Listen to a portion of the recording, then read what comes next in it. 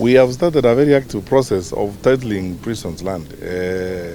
Just this morning, it's interesting you're asking the question. We've just come out of a meeting where we are looking at how much of our land is not titled, because a lot of it has been encroached by individuals. And look, I normally do like being very frank and leveling with the public. When you look at the list of the people who have stolen our land, prisons land, it reads like the list of who is who has been a minister, PS, or Commissioner General of Prison Service before, or who is who has had anything to do with the prison service before. It is shameful, honestly, because I've just come from a place where I was in the morning where the prison facility has been reduced to 15 acres.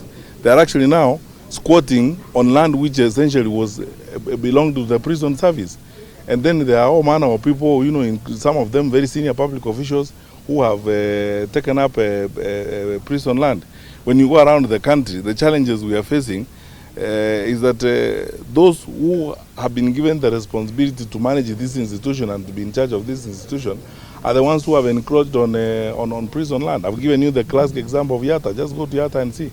Our prison facility there has been confined to 15 acres. And now, the commandant was telling me this morning that they feel like destituted squatters on land which essentially was their own. So the founding fathers of our country, if we have to be very honest, the founding fathers of our nation had a fantastic plan for our country. If we followed the plan that was laid out by our founding fathers, that we use the opportunities that we have to develop these institutions, not just for the good of the security sector institutions, but for the good of the country, we will do a lot with this. Go to Eldoret and see the challenges we are dealing with, where our land has been encroached. We are almost losing everything in Kapsabet. And it's not the ordinary people who walk from the streets and encroach on this land.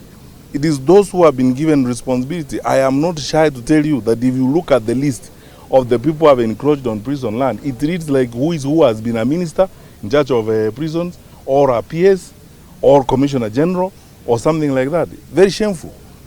We can't have this. I mean, we have to be very honest with members of the public. These institutions, we are leading them today, and we are working here in trust on behalf of the people of Kenya.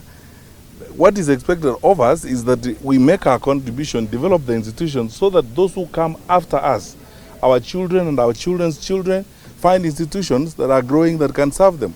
But we cannot behave as though we are here to take them all and decimate them and destroy them. Look at this. Imagine if this land had been taken. What would we do? And we needed to develop this hospital. Now, as you told me, in the next phase, we are looking at how can we use the capabilities that we have to expand the facilities and avail them also to members of the public who live within the vicinity of this particular institution. That is how people who care about their country think. That's why you can see how the president is making very strategic investments. Our president is putting resources in developing these hospitals, and then in some areas, like I've given you the classic example of Kanyonyo, that hospital is going to help a lot the people in that particular area, because if you travel in that particular region, it takes a long time to move from there to get to a good facility that will address. But already even the clinic that we have in that facility is serving members of the public. I mean, after all, really, what's the difference? The members of the public and those of us in the security sector, we are Kenyan citizens, and we are using taxpayers' resources to do this. So all the better if we are doing this, we help our uniformed people, but we also help members of the public. That's how we are supposed to reason.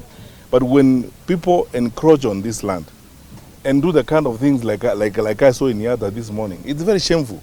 And then we should ask some of these people if they have any conscience left to think about not today, think about Kenya tomorrow and the day after, and as we go along. Is there something that your ministry is doing to restore this land? Well, we have started the aggressive process of titling, and we will work with the National Land Commission. You know, we also have to look at the law, the powers we have and the powers that others have. There are powers we don't have. We will not act on powers we do not have. We will present our report to the National Land Commission, and the National Land Commission, we hope, will act within the framework of the constitutional powers that they have. It is actually not true what you are saying about suppliers are suffering.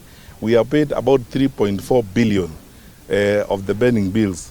The bills that are left, some of them cannot actually be proved by those who are claiming them. You know, you forget one thing. These resources we pay, we have also to do so within the framework of the law that exists. You have to convince the accountants and the auditors here that you actually supplied the goods for which you are claiming payment. The process is meticulous. And you know, in the case of the burning bills in the prison service, they even attracted the involvement of the Ethics and Anti-Corruption Commission, the involvement of the DCI.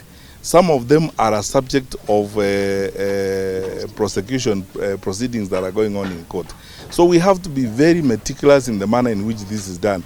I am very satisfied. I am really happy with our PS and the work that she and the team that she works with have done. They have done a fantastic job in managing these burning bills, and we have paid quite a number of them. I have been shown a record this morning where, for example, 980 million of those burning bills cannot be proved by anybody. Those who are claiming them don't even have documents. You see, we also have to be frank with each other.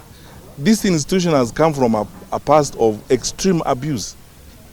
And we are not going to suck up to those kinds of abuses, and we are not going to perpetuate that kind of nonsense.